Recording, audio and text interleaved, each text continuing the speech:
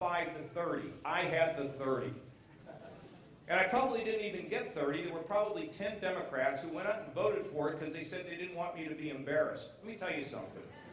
If you have a program that's real, you have a principle that's real, you have a philosophy that's real, you stand for it. No matter what anybody else tells you, you stand on those principles. We got back here. 3 years later, the mailman's kid, John Kasich, got more votes for his budget than the President of the United States got for his, okay? Then we were off and running. And why did I want to balance budgets? Well, because I wanted to make sure that we could have a growing economy. And I didn't think it was right to ring up this debt and put it on our kids. I thought it was dead wrong. I took a lot of heat and a lot of criticism. I still take a lot of heat and a lot of criticism from the K Street crowd because they don't tell me what to do.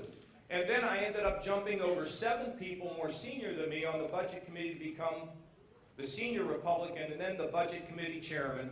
And after 10 long years, in 1997, Pete Domenici and I wrote the balanced budget with the Clinton administration. It gave us a balanced budget for the first time man walked on the moon. We paid down $500 billion of the national debt, and this economy was growing, and we had a balanced budget 4 years in a row.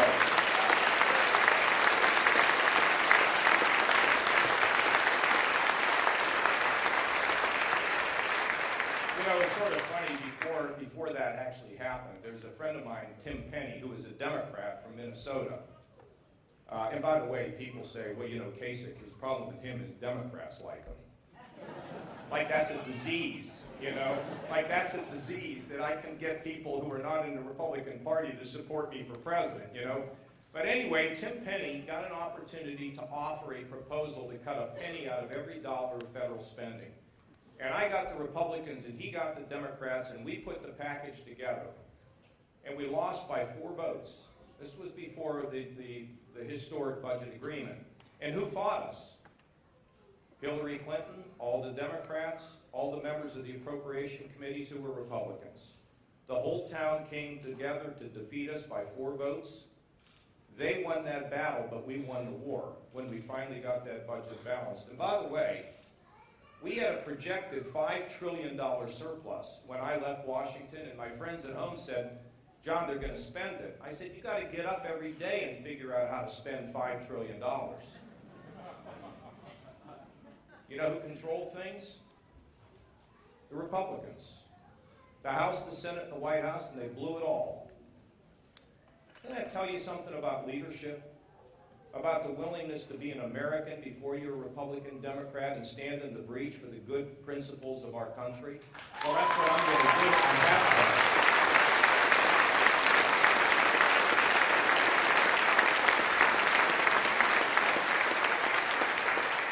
I left Washington, you know, and they blew all the money, and I had a great time being out.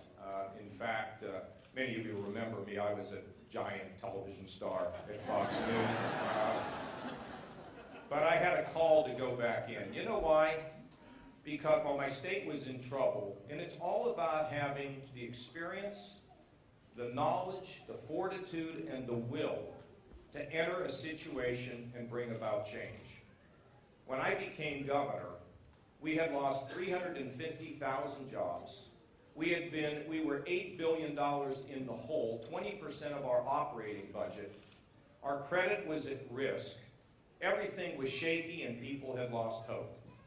And so when I got elected, I had a meeting because I knew what we needed to do, because I got a band. You know, I mean, we put the band back together at various times to do certain things and play great concerts, okay? And we get this band back together, so we knew exactly what we needed to do. And I knew I needed to cut taxes, not raise taxes. I knew what I needed to do to take on the special interests, because, you know, they're the ones that say, oh, no, you can't do that.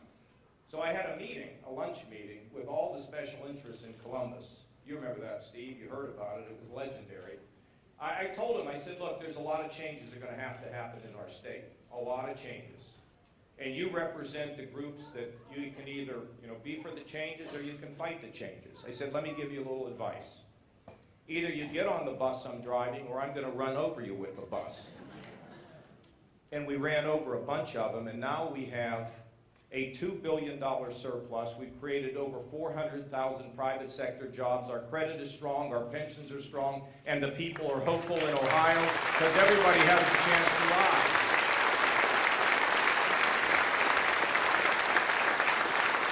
Well, I'm going to tell you one other thing about politics, okay? And then in a few minutes we'll get to the questions. So I'm governor, and I have a young woman who comes in to see me. She runs my Department of Mental Health Addiction Services. So we have a choice. We all know in our side of our administration that Obamacare is bad medicine. It's not going to fix anything. But also there was an opportunity to expand Medicaid. Could we bring $14 billion of our dollars home to deal with some serious problems? And what are they? You know where the mentally ill live today?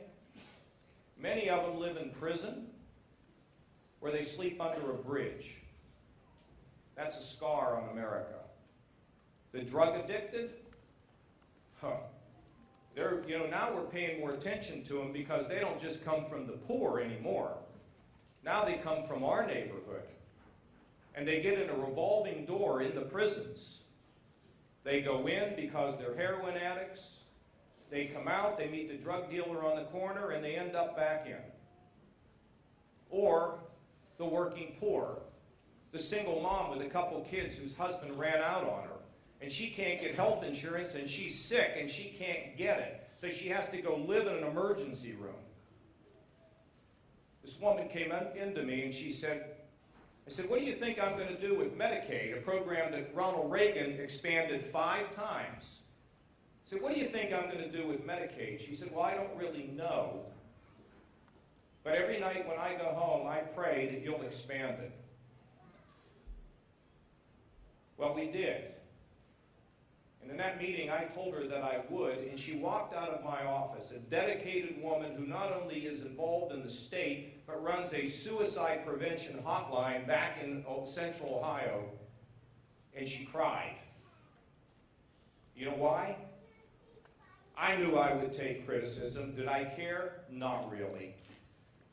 Because I know now that there are people who are mentally ill, who are getting on their feet and living out their God-given purpose because of the resources we've been able to apply. I know that the drug addicted are being treated and now coming out of our prisons because of the attention we give them. They come out and the recidivism rate is a staggeringly low 20%. And we know that the working poor are getting health care, and as many as 1/3 of the people who are the working poor put off getting health care for things like cancer because they didn't have the capability. You know what I think? Our state rose, and as our state rose, we had an obligation, a responsibility as human beings, all made in the image of the Lord, to help our fellow neighbors rise and be able to accomplish their purpose as well.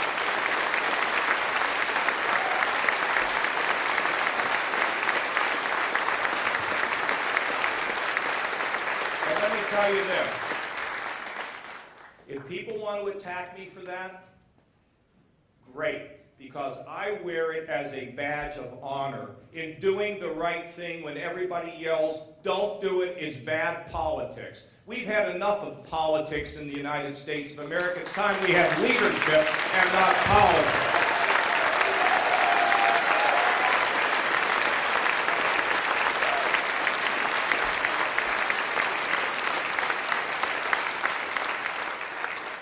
Okay, so let's take some questions, okay? I never take the first hand that goes up at a town hall, okay? Never. And by the way, I love the town halls because you get a chance to really see me. You know, the debates, which I think are kind of the dumbest ways to operate, let me say to you, could you please, Linda, could you please, I didn't even know you were sitting there, could you please give me the history of your lifetime? Go, you have 30 seconds, okay? All right, back here. Yes, ma'am, right there. How are you? Good. I hope you're successful. I hope you're our next president. Okay, that's good enough. microphones. We got microphones. Huh? What happened to our microphones? We're going to fire you as a microphone operator. Huh? Go ahead. Shout it out. All right. I work here on campus. I'm staff. I've been here 10 years, and it's a great place. Sorry to have trouble with traffic. We do it every day. Are we on? Can you hear me now? Okay. So here's what I want to know. When I look at you, I don't see happiness. Me? Last week they were saying you're so happy. How can you run the world? I don't see you smile much. I don't get this fuzzy from you that you're happy doing this. And I want to know that you're happy in this calling that you're going to take on in January. I have never been so happy. I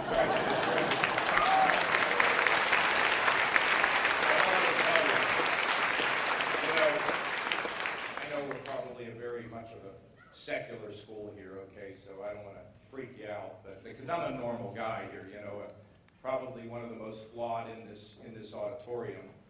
You see, when I left politics, I thought I was done. I mean, I'd spent a lot of my life in it, and I was doing a lot of things and having the time of my life.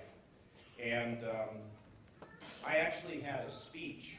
I used to get paid for this. A lot of money, enough to pay tuition for a semester, And I was sitting in a car in Orlando, Florida, in the back of the car, after I had made a speech that lasted 8 minutes, and they paid me a pretty good chunk of money. And I got a message. I don't know if you've ever had a message in your life. It wasn't an email. It wasn't a phone call. It wasn't a text. It wasn't any of the social media. It was a clear message. And the message was, John, I hope you've had a good time. It's time to go back. And I did. And I landed in Columbus. I'd spent about 6 months trying to figure out whether I was going to go back in. And my wife Karen, I said, sweetie, I made a decision. I hope you're okay with it. I'm going to run for governor. She said, oh, that's just great. But anyway, it's been a great time, and I never thought I was going to run for president. And I kept searching for a message. Do I need to do this? And I never got a message. But I put one foot in front of the other. And what's happened on the campaign trail is that I have had people who have come and told me all their stories. And it's been amazing. It's been something that's allowed me to connect with them as an individual and also begin to realize our responsibility as people here. And our responsibility is to slow down our lives. To slow down our lives and to begin to connect with other people that have challenges and problems. And you wouldn't believe the people that have come to see me and talk to me. And for me, just to give them a kind word or a sign, but it's been a really significant thing. So I've been joyous in this. I've never had a better time. But you know what's interesting? I don't pray to win. I do pray. I don't pray to win. I pray to be able to accept whatever's meant to be and carry out whatever the next responsibility I have is. That's kind of the way I look at life. I'm going to tell you one other thing here that I want you to think about. I happen to believe that everybody in this auditorium was made, and everybody is made special, with certain gifts and certain things we're supposed to do in life. And our job here on earth is to bring a healing to wherever part of the world we're in. And when we find that and recognize it, we change the world. And that doesn't mean you have to run for president. Nobody cares. I have a friend here today who spent 6 months meeting with a man he had never met with before who was dying, to offer him solace and a way to hope and faith. 6 months he spent. Never met the guy before. This man died. He was a friend of many of us. He found his way because of my work, because of the work of my friend. See, he changed the world in a way that he could. Folks, life's short. It's about a breath. So when I'm doing this, I'm just loving the fact that I can, look at me. I mean, my dad was a mailman. If my mom and dad were here, my mother would be saying, Johnny, what are you doing on that stage? So I'm celebrating. But I want everybody to think about what can you do to change the world in which you live. If you're a nurse, it's more kindness to the family. If you're a teacher, you never make enough money as a teacher, but you're changing lives. And maybe you're just somebody that knows how to visit somebody in the hospital. You see, I believe I'm now in a whole different area, but I just have to tell you, we cannot wait for somebody on a white stallion to come riding into our lives, fixing ourselves and our country. It starts where we live. We're the ones that drive it from the bottom up, not the top down. Right, Linda?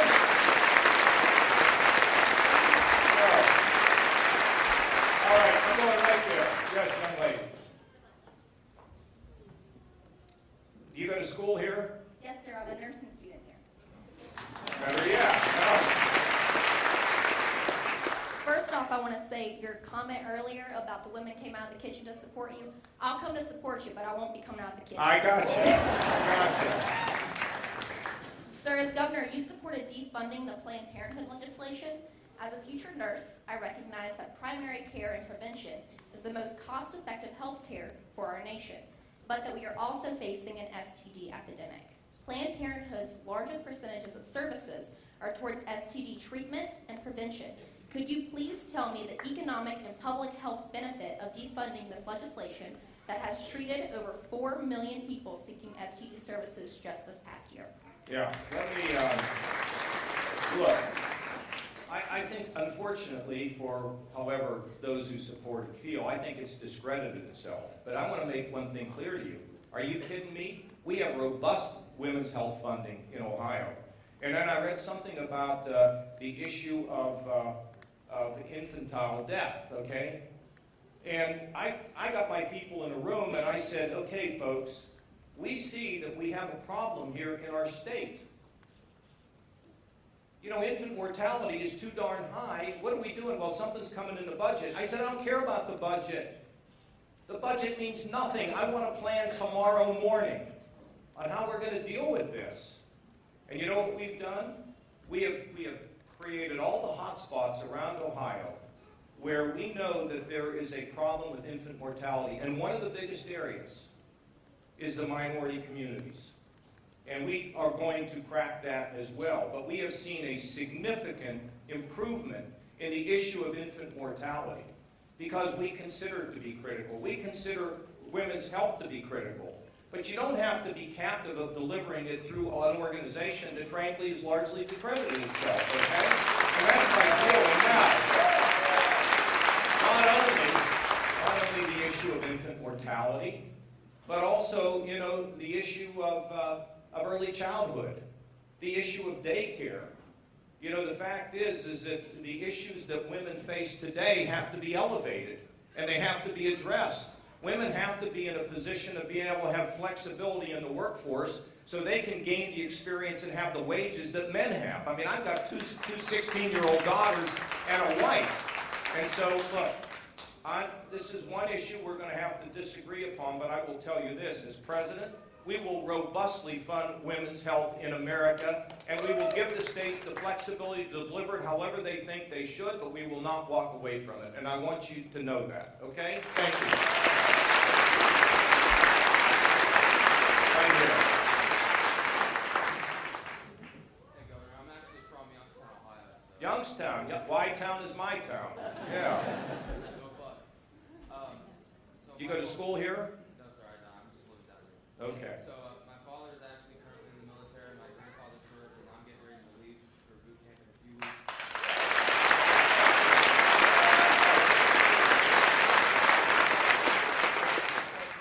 What is your plan to help improve the effectiveness and the efficiency specifically of the VA for military? With the VA, what are we going to do about it? I mean, look, I don't think the question is, everybody wants to do something. The people have the skills to actually do something about it, okay? Number one, every single returning combat veteran ought to have access to whatever medical facility they want to go to. No ifs, ands, or buts, okay? secondly, see, if you drive a truck from Kandahar to Kabul, Afghanistan, in my state, as it should be across this country, you come home, you want to drive a truck, you have to go get a CDL, go test for a commercial driver's license. Forget it. We're going to give you one, and we're going to put a gold star on it, and we're doing it. And by the way, if you're an EMT in the military, you can be an EMT right here in Virginia. You can go get a training. Are you kidding me? It's an insult to the veteran. And if you do technical things in the military, we're going to give you college credit. To the college or the university, we're going to give it to you. Let me also tell you, the head of the VA is a good man. He graduated from West Point. People don't know this. He was the head of Procter & Gamble, a tiny little organization that some of you may have heard of. The fact is that I've become convinced that people go in to change the bureaucracy, and the bureaucracy changes them. This whole operation has to be restructured to make it smaller, more flexible, more responsive, and hold people accountable for their job inside the VA. Okay, so it's going to look completely different. And we've got to have somebody run it who's got credibility. Somebody who really people would say, yeah, that's a person that's going to fix that place. Now let me say one other thing. We're working on this, and we're going to have big changes. This should happen all over the country. Look, when I talk about Ohio, it's the 7th largest state. What you do there, you can do anywhere in the country. What we know is if you go in the military and you come home, okay, you're coming home, you want to take 30 or 60 days to readjust. But we want to know you're coming home, and we want to put you in touch with the service organizations who can be in touch with those folks that are looking to hire employees. Most states have a mismatch between the number of jobs. There's so many job openings and nobody to fill them. Do you know who the golden employees are in America? The veterans. They've got leadership skills, they're drug-free, they know how to maneuver, and they're flexible. So let me suggest to you, the Pentagon's got to do a better job of connecting your return date and your skills with jobs that are available, because there should be no single veteran who is ever homeless or unemployed in the United States of America. Okay?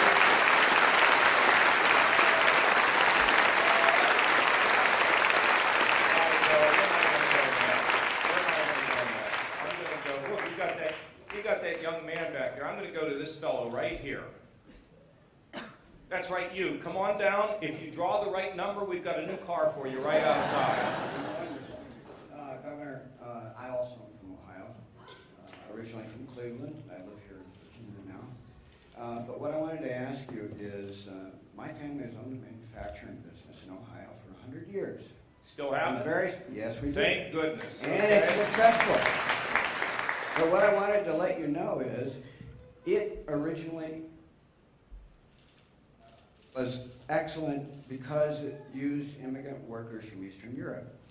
Today, we're also still producing excellent products, but we're using immigrant workers from Central America, South America, and Africa. So, to me, the thing that Trump brings up, getting rid of all the immigrants is crazy. Getting rid of all the immigrants. If we got rid of all the immigrants, I'd be halt. Yeah, well, I mean, if we got rid of all the immigrants, yeah, I'd be running for, president of Croatia. I mean, come on. Look, we're a country of immigrants. Does people know that?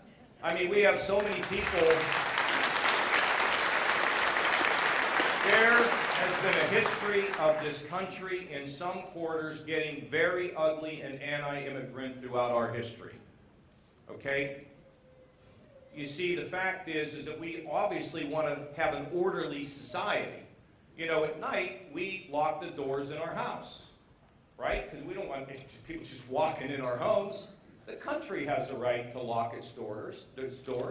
But that doesn't mean that you don't let people in an orderly way. When I lock my doors, I open it up when I see somebody I want to have come in my house. The same way a country can open its doors or its borders when it sees somebody that wants to come in that's useful and good and positive. And so I do think we need to finish the border. We started this in 1986 under President Reagan. We never finished the border. You know why I think we didn't? Money. I think it was an economic battle. I think unions didn't want to didn't want to deal with it, and I think businesses were able to get cheap labor. That's what I think. I may be wrong, but that's my impression. So I do think we need to finish the border, and then once it's finished, if you come in, you got to go back. We can't keep doing this. But then once it's done, we can have a guest worker program, right? People want to come in and work. We know who they are. They get to go home, in and out, instead of having to hide here to keep working here.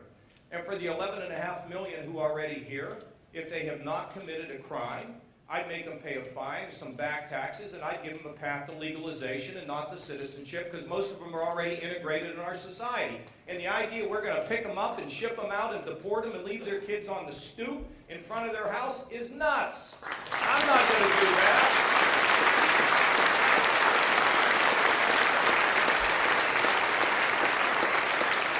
I was on television yesterday, and they asked me, the CBS actually asked me, are you for preventing all Muslims from coming to America?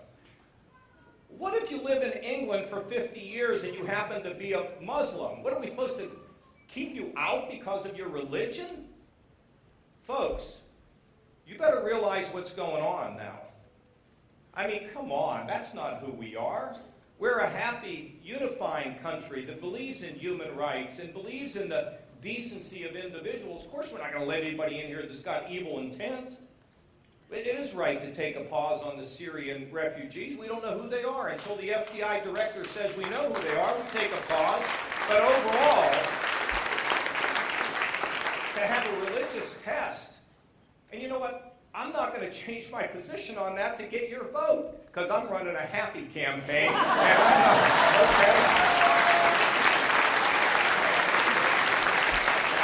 Right here, man, right here. You. Yeah, you. Come on down here. You look. Yeah. Thank you very much. I have a 22-year-old son who has intellectual disabilities and he's autistic. He's a happy, fabulous kid. You can't tell really by looking at him. He's aging out of the public school system at the end of his free and appropriate public education. And we're starting the transition period to work. But Jack wants a life of his own. And that costs money.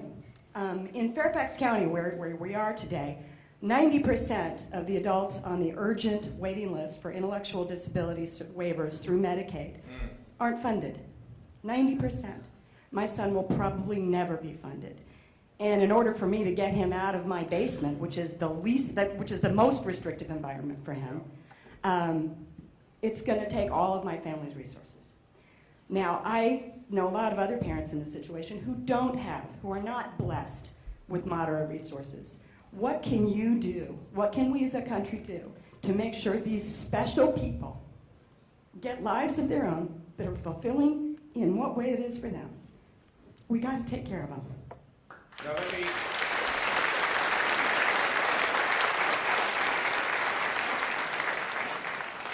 let me explain. What is your name? I keep referring to you because what is your name? Susan. Come here. Come on up here if you can. Did you see what the emotion of her talking about her son and how's he going to have a decent life? And where's he going to live? And what's going to happen when mom and dad get old?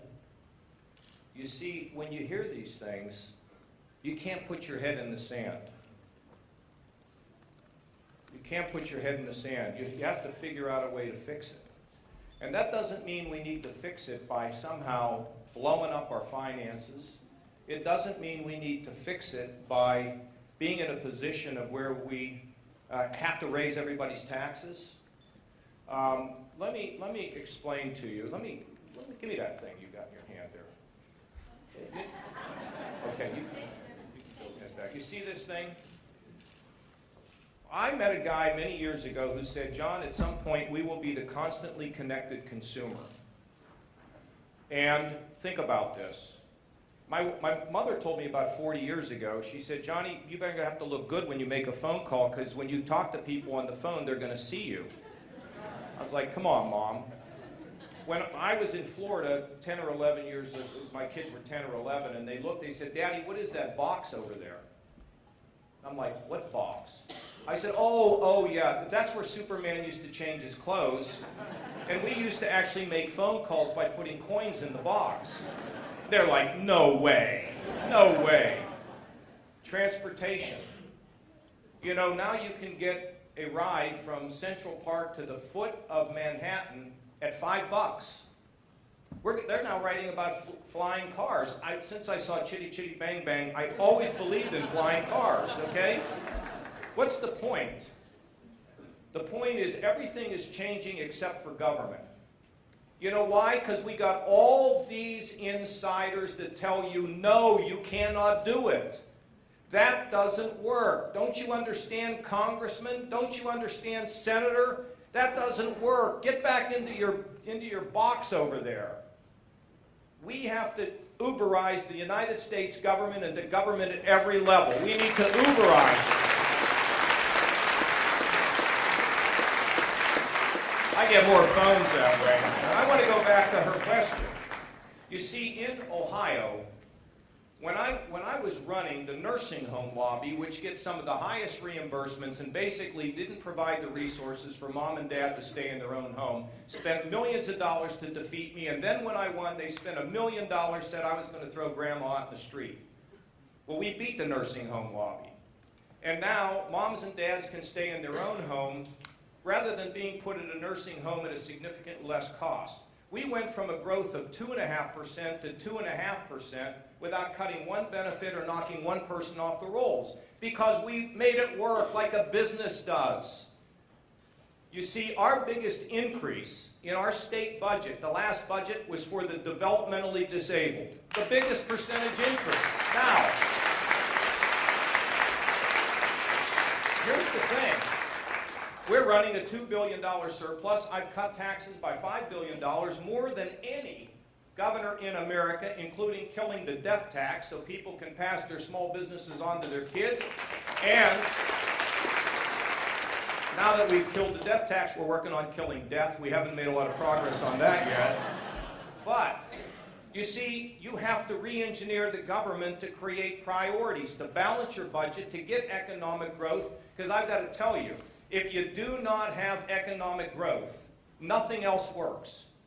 If you don't create a job environment, and it's not that hard to do, simple regulations, reducing taxes, and having some fiscal responsibility. And then when you get the economy rising, there's so much more you can do. It's like a mom and a dad who suddenly get pay raises. Now the kids can have more. This is not complicated. So you know what I say to this lady? We got to reduce those waiting periods. We have to make sure that we don't treat the developmentally disabled. Let me tell you the way it works in politics today. You know what kind of a lobby the developmentally disabled have? Zero. Zero. Somebody has to stand up for them. And let me tell you, the ones who are autistic, we'll tell you what we're doing. And this is on all of us. You have a business, you can bring some developmentally disabled into your business. I mean, let me just tell you, we have our hospital system. They're hiring the developmentally disabled. Walmart, Meijer, grocery stores, your company. They're not going to be CEO. No one expects them to be CEO, but they don't have to sit in some sheltered workshop being just pushed to the side. That is not right in our country. So,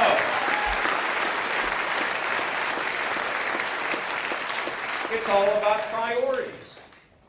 You know, in the federal government, we don't need to hire any more federal workers. You leave, we're not replacing you. We have the lowest number of state employees in 30 years. See, what's so hard for people with me is you can't figure out where I'm going. I mean, you can't figure out what I'm saying. Well, how can this guy be for a strong defense, yet he goes and he's a procurement reformer? How can this guy want a balanced budget, yet make sure there's enough resources to help those who find themselves living in the shadows?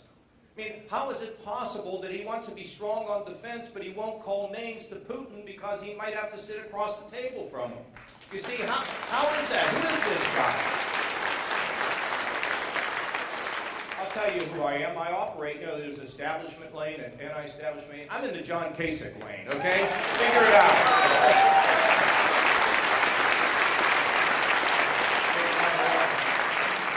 Okay, I guess I got to go somewhere. I don't know where I'm going, but I know I'm going somewhere. I'm going to go way back here, ma'am, standing on the chair. Yeah, it's you. There's nobody behind you standing on a chair. Okay? Done. Great to be here. My husband and I are small business owners, and we have multiple stores, each under their own LLC. We also have 4 kids. So we've got too many touch points to the IRS, so our life sucks. So tell us how you feel about the IRS. Oh, I just love it.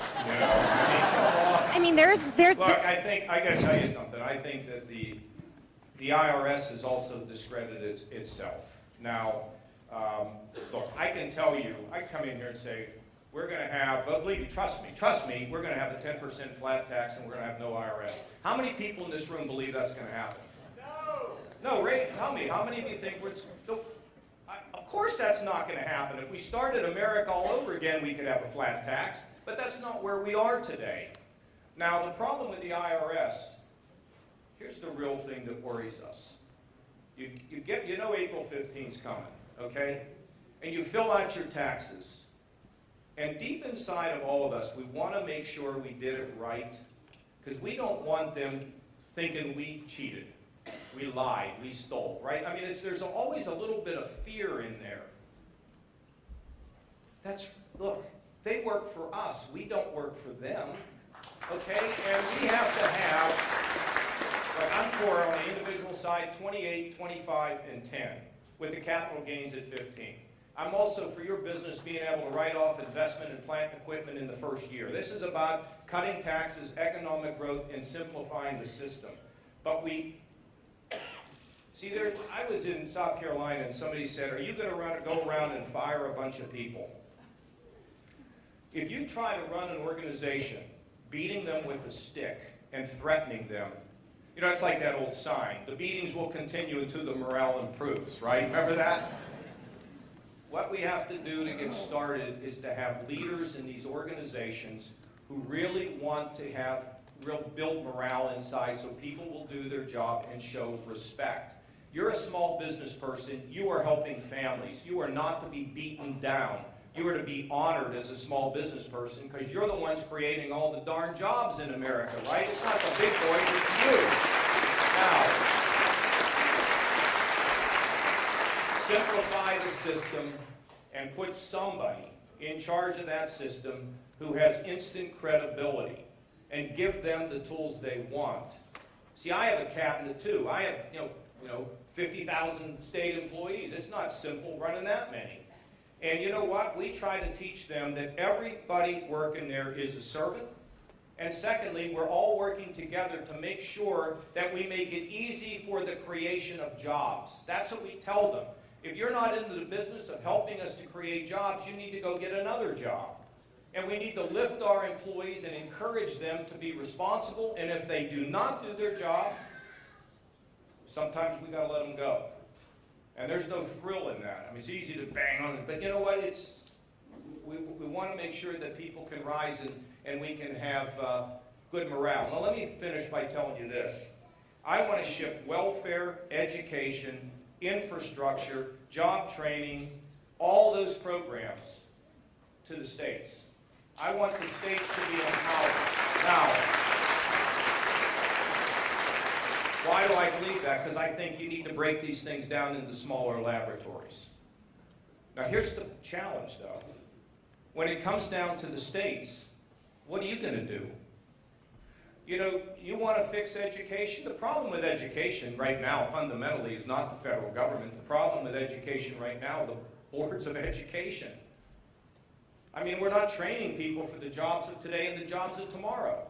We have an inflexible education system that was created, how long, Tom? 150 years ago? Why don't we start getting people excited about learning? Why don't we let them get out into the workplace and understand why reading, writing, arithmetic, and computing really matters? Why don't we say that we got to get the vocational education down at a lower level? But that's up to you. What are you waiting on me for? And I'm going to tell you here, we're at a great school. These great schools have got to get their costs under control, because if they are not under control in the future, people aren't going to go here. But that's up to you. So, let me just finish by saying I think we have an election coming up here soon. It's about a week from today or a week from tomorrow. If you don't like me, don't tell anybody, okay? But if you do, I want to take this all the way across the country and all the way into the White House. And in the first 100 days, not only will we get the taxes and the regulations and the budget in the right place and fix the border and save Social Security and visit people around the world to let them know that America's back, but I'm also going to collect the phone numbers of the mothers and fathers who have kids in Congress, and I'm going to call Mom on her birthday, and she's going to call her kid who's in Congress and say, don't you mess with the President of the United States, I like him. And then after 100 days, I'm going to give you a report on where we are, and if we aren't where we want to go, I don't know how long it takes to walk from here to Washington, but we will walk.